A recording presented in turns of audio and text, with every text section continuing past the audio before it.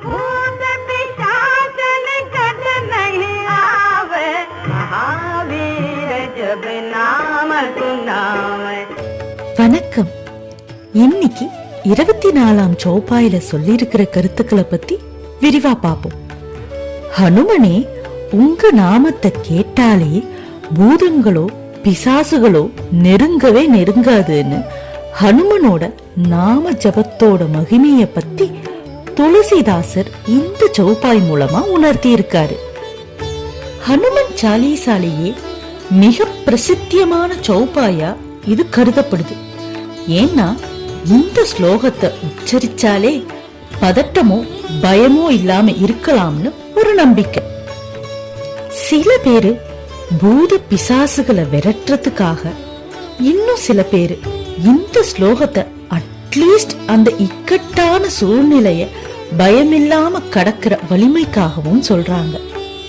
இந்த இடத்துல பூதம் பிசாசு அப்படின்னு 2 வெவ்வேறு வார்த்தைகள் உபயோகப்படுத்தி இருக்கிறனால இவை இரண்டிற்குமான வேறுபாடை பத்தி தெரிஞ்சுக்கலாம் வாங்க.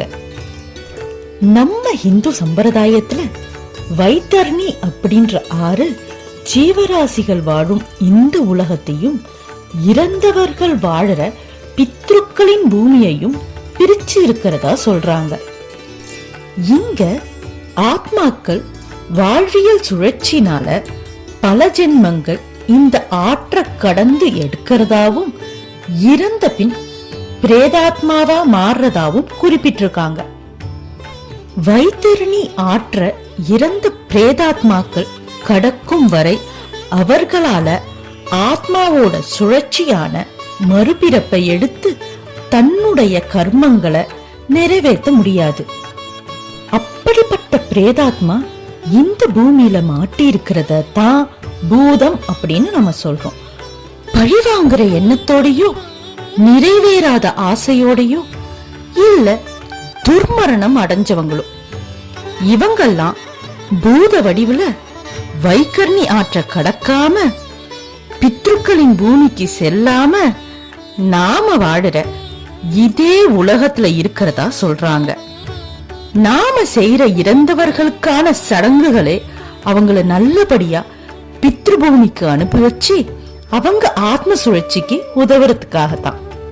சரி, இப்போ பிசாசுக்கு வருவோம்.